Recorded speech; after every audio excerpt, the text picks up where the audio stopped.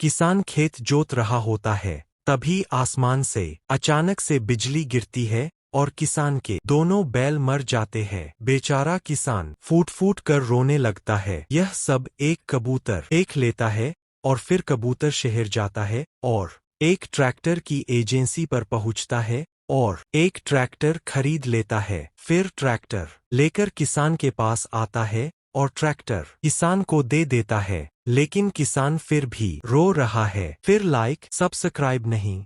generated with